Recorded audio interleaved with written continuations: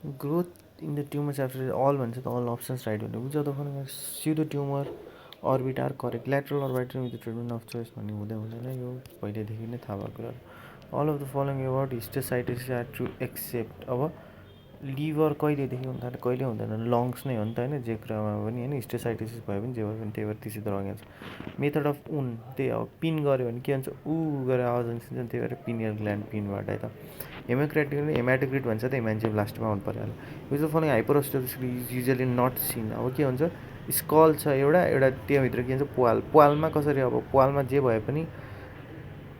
हाइपरस्टोसिस त हुँदैन त्यही भएर साइनस पेरिक्रेना त साइनसले गर्दाखेरि all of the following are the features of sinus pericranii except के हो भन्दाखेरि this cannot differentiate vascular malformation of the skull यदि भास्कुलर मालफर्मेसनबाट स्काल अब साइनस छुटाउन सकिनु भने अरू के छुटाउन सकिन्छ त that is not the problem है the most common cranial nerve involve in the sarcoidosis अब facial nerve palsy bilateral cause हामीले सार्काइडोसिस भनेर धेरैचोटि पढ्छ त्यही भएर फेसियल नर्भै हुनसक्छ यसको एन्सर अब डेनिस 3 कोलम थ्योरीमा मिडल कोलम होइन components of middle as per the except अब मिडल कोलम भने यो भयो नि मिडल कोलम होइन अब पोस्टर लङ्गिट्युडनल लिगामेन्टको एन्टेरियर हाफ भइहाल्छ posterior half of the vertebral body जस्तै एनुलस फाइब्रोसिस हुनु परिहाल्यो अब न्युरल आर्ट्स भने अलि अगाडि हुन्छ त्यही भएर that is the answer posterior neural arch is the answer of this questions है one of the indicative spinal fracture अब स्पाइनलमा एल छ होइन L1 भनेको ends at the level of L1 त्यही भएर 1 सेन्टिमिटरभन्दा बढी फ्र्याक्चर फ्र्याग्मेन्ट्स भयो भने that is also the indication for spinal fracture अब कोडोमा स्याक्रल कि स्याक भयो यहाँ पनि अनि के भन्छ कोडोमा सिसी भनेपछि सिसी के छ इकोडोसिस फाइसालिफोरा भनेर के हुन्छ त्यो दिन्छ है त the cut off distance spinal osteoma from the osteoblastoma अघि के भन्छ L1मा एन्ड हुन्छ भनेर भनेको थिएँ नि त होइन अब के भन्छ ओस्टियोब्लास्टोमासँग छुट्याउनु भयो भने चाहिँ अझै बढी 1.5 सेन्टिमिटर O1 अघि नै के छ त OS भनेर 1.5 सेन्टिमिटरले छुट्याउने हो है त अघि नैको 1सँग है त which the following true of the Maffucci's all of the above भन्छ त एन्सर अरू कुनै हुनै सक्दैन अल अफ द एबो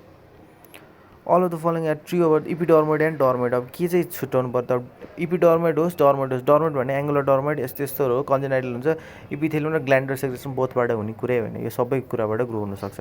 most common primary malignant tumour of the orbit भन्छ त ऱ्याप्डोमायोसार्कोमा नो डाउट है कतिचोटि पढिसकेको pseudo tumour of the orbit are true except अब के हुन्छ अब स्युडो अर्बिट भन्छ त आँखा ठुलोहरू हुन्छ होइन अब मेलमा त आँखा ठुलो भइहाल्यो केटीहरूकोमा चाहिँ के हुन्छ भन्दाखेरि तिम्रो आँखा सानो हुन्छ त्यही भएर गाजल लगाएको हुन्छ नि होइन हो त्यही भएर it is most commonly in females भन्ने कुरा स्युडो ट्युमर अर्बिटमा मिल्दैन है त त्यही भएर इट अकर्स ए नै हो यसको answer it occurs most commonly females हुँदैन किनभने केटीहरूले गाजल लगाउँछ त्यो आँखा ठुलो देखाउनलाई all of the following are haemangioma of the skull are true except भनेपछि के हुन्छ हेमान्जियो भने जताततै ब्लड फ्लो हुने ठाउँमा सिग्निफिकेन्ट फ्लो भोइड्स हुन्छ त हुँदैन all of the following individual increase the brain height except अब एएनपी भनेको कामै के हुन्छ यो इन्क्रिज भएर इडिमालाई डिक्रिज गऱ्यो नि हो त्यही भएर एएनपी नै हो यसको एन्सर है त अनि त्यसपछि all of the following steroids are true except अब स्टेरोइड्सको कामै कम छ भनेर भन्छ effective irrespective of the integrity of the blood brain barrier भन्ने नै हुँदैन यो स्टेरोइड्स चाहिँ इनइफेक्टिभ भनेर अहिले भनिसक्यो and increase risk of brain tumours अब के रेडिएसनले गर्दा भइहाल्छ पेस्टिसाइडले गर्दा एलर्जिकले गर्दाखेरि हुँदैन भाइरलले गर्दा लिम्फोमाहरू हुनसक्छ which of the following pituitary tumours do not usually cause mass effect अब कर्टिकोट्रोफिक भनेको के हुन्छ एउटा ब्रेनको सर्टन कर्टेक्समा के हुन्छ कति नै धेरै हुन्छ र ट्युमर होइन त्यही पनि एडिनोमास अब त्यही भएर त्यो भयो त कर्टिकोट्रोफिक एडिनोमा पिट्युटरीको कर्टेक्सतिर है अब यो कर्टेक्स भने भित्र हुन्छ त्यही भएर सोमाटोट्रोफिकले बढ्न सक्छ प्रोल्याक्टिनमा पनि इन्क्रिज हुनसक्छ तर कर्टिकोट्रोफिक भने भित्र हुने भएको भएर यो यसको answer does not cause mass effect predisposing factor for pituitary एउटा चाहिँ अब स्याम्पलिङ गरेर पेट्रोसाइनस स्याम्पलिङ गरेर तिम्रो पिट्युटरी एप्लेक्स चाहिँ हुँदैन viral infection of the brain अब भाइरल भयो कि त के हुन्छ लिम्फोमा हुन्छ लिम्फोसाइट्स इन्क्रिज हुन्छ अब यो त कतिचोटि हेरिसक्यो है all of the following are seen in close ventricles of the brain except ganglioma भनेको के हुन्छ गङ्गामा हरर नदी र टेम्पोरल लोबतिर हुन्छ इपिलेप्सी गराउँछ त्यही भएर दिस इज द एन्सर ग्याङ्ग्लियोमाहरू तिम्रो भेन्ट्रिकलसँग रिलेटेड हुँदैन next question all of the following about brain metastasis are true except अब ब्रेन मेटास्टासिस आर ट्रु अब कम्युनिस्ट ट्युमर भनेको के हुन्छ सधैँ लङ्सबाट आउँछ न्युरोब्लास्टोमा ऱ्याप्डोमायोसार्कोमा होइन है त्यही भएर this is the answer the grey white matter junction middle cerebral artery अब भेनबाटै आउने भएपछि एमसिएमए आर्टरीबाट हुने एप्स्टेन बार भाइरस र प्लाज्मोडियम इज वेल नोन भनेर के हुन्छ लिम्फोमा भनेर सम्झायो नि त एप्स्टेन बार भाइरस भन्छ त बुर्किट्स लिम्फोमा इज द एन्सर है त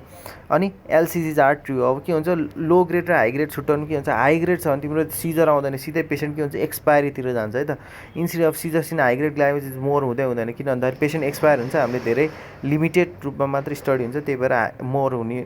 चान्सेस चाहिँ हुँदैन है त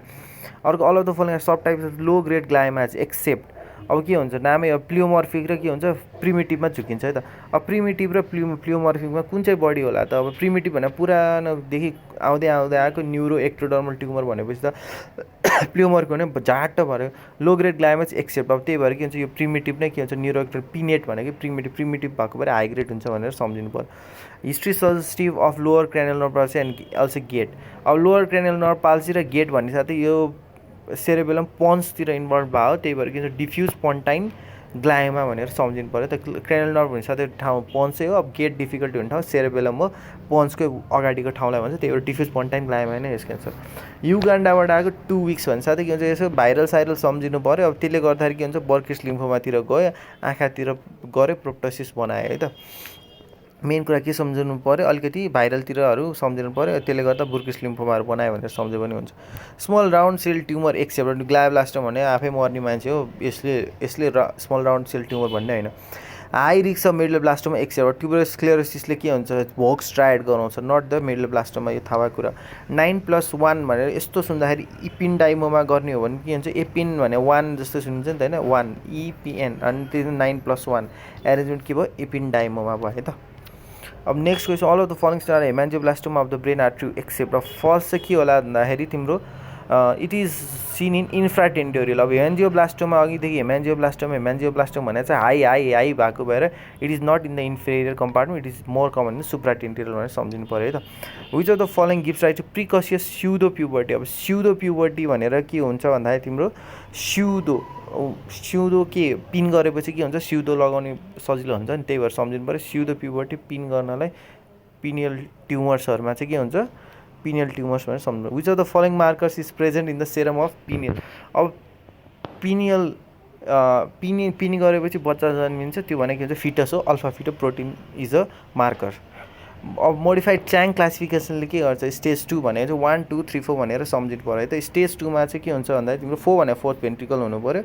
2 भनेको भइहाल्यो 1 भनेको के हुन्छ भन्दाखेरि तिम्रो 1 एडजेसेन्ट स्ट्रक्चरहरू युज हुनु पऱ्यो ग्रेटर देन 3 सेन्टिमिटर हुनु पऱ्यो अथवा के हुन्छ फोर्थ भेन्ट्रिकललाई इन्भल्भ गर्नु 1 2 3 4 इज अ च्याङ है त यो चाहिँ ग्रेड 2 को 1 2 3 भनेर सम्झनु complication of radiotherapy to the brain tumour except अब पेरिट्युमरल इडीमा हुन्छ सबड्युरल हेमाटोमा अब एन्युरिजम नगराएपछि ब्लिड हुँदैन ब्लिड नभएपछि सबड्युरल हेमाटोमा पनि हुँदैन सबड्युरल हेमाटोमा पनि हुँदैन है पेरिलिजनल इडीमा त 100% त्यसको कामै के हुन्छ वरिपरि ट्युमर गराएर त्यहाँनिर भित्रको उसलाई बढाउन नदिनु रेडियोनेक्रोसिस भइहाल्यो मोया सिन्ड्रोम पनि भइहाल्छ है next all of the following differentiate dermoids from epidermoids अब डर्मोइड्स भन्ने साथै बच्चामा हुने located in the mid line त हो लेट चाइल्डहुड होइन कि अर्ली चाइल्डहुड नै भनेर भन्नु पऱ्यो है त लेट एडल्टहुडमा होइन कि अर्लीमै डर्मोइड्स प्रेजेन्ट गर्छ त्यही भएर ए नै हो यसको answer which is the commonest corpus callosum glioma involving the frontal lobe corpus callosum भनेको यो दुईवटा ब्रेनलाई कनेक्ट गर्ने डिस्कनेक्ट भने डिसइन्ट्रेस्ट इन द सराउन्डिङ चाहिँ के हुन्छ लिएर आउनुहोस् है त corpus क्यालोसम in the frontal lobe है त cerebellar डिजेनरेसन प्यारानियोप्लास्टिक cellular डिजेनरेसन accept presence of एन्टी-40 antibodies अब सेरेबेलम डिजेनरेसन भनेको के हुन्छ 40 एन्टी-40 नहुने हुँदैन एन्टी-40 नो एन्टी-40 इन सेरेबेलम है त यो सम्झिनु पऱ्यो यो चाहिँ आर भनेर लेखाएको छ त्यही भएर सेरेबेलम एन्टी-40 हुँदैन म्याच द सेरम एन्टिबडिज अब लिम्बिक भने ल्याङ्ग्वेज हो ल्याङ्ग्वेज भन्छ त यो हनीसिङ भन्दा के हुन्छ ल्याङ्ग्वेज लिम्बिक इन्केफलाइटिसमा हुन्छ है त त्यसपछि commonest usual size extra neural spinal cord छ यो त न्युरलकै पार्ट हो त्यही भएर यो पनि त्यत्तिकै एक्सेप्सनमा यसको एन्सर त तिमीले दिनु परिहाल्यो अब नेक्स्ट भनेको इन्ट्राक्रेनियल लिजन्स इन विच CA99 भने प्यानक्रियाजमा इन्भल्भमेन्ट होइन त्यो भने प्यानक्रियाज भने इपिग्यास्ट्रिक पेन लिएर आउँछ त्यही भएर इपिडर्मोइड छ इपिडर्मोइडमा एन्सर हान्नु पऱ्यो विच म्यालिग्नेन्सी इन्ट्राक्रेनियल इपिडर्मोइड इपिडर्मोइड भन्छ त squamous cell carcinoma no doubt which of the following present with hydrocephalus अब ANC भन्ने अप्सन छ अब त्यही नै लगाउनु परिहाल्यो नि ANC अब बोथ जस्तो आएको छ भने डर्मोइड र न्युरोफाइल दुई जाइन्ट स्पाइनल सेल्स भन्नेमा अब एउटा दुईवटा तिनवटा हो हेर अब यो दुईवटा भर्टिब्रा इन्भल्भ हुन्छ साथै कति धेरै इन्भल्भ हुन्छ ग्रेटर देन अब 2 भन्दा बढी त भन्नै मिल्दैन ओभर 2 अर मोर भर्टिब्रल लेभल्स होइन 2 भन्दा 2 नै जाइन्ट पुगिसक्यो, यत्रो धेरै भइसक्यो होइन, अरू जस्तो कुरा होइन नि। All of the following statement are true except myelin, मरिसकेको लिपिड हो क्या, that is not a lipid, त्यो चाहिँ के हुन्छ प्रोटिन हो होइन, लिपिड पनि पछि गएर प्रोटिन बन्छ नि, त्यही भएर स्पिन्जोलिपिड भन्ने एन्सरै होइन कि, merlin is also a type of protein भनेर सम्झिनु पऱ्यो है त। त्यसपछि आयो the following astrocytoma are true except, अब एस्ट्रोसाइटोमा स्टार भनेर त एकजना मात्रै बन्यो, दुईजनै रिसेप्टर त अब तिम्रो स्टार भन्न सक्दैन, त्यो FGFR 1 र 2 के हुन्छ, यदि 1 बढ्यो भने 2 घट्छ, 2 बढ्यो भने 1 घट्छ, that should be the concept in our mind है त स्टार भन्नलाई। रोल अफ प्लेटलेट डिराइभ, अब एउटा प्लेटलेट राख्ने हो भने एउटा प्लेटमा के हुन्छ,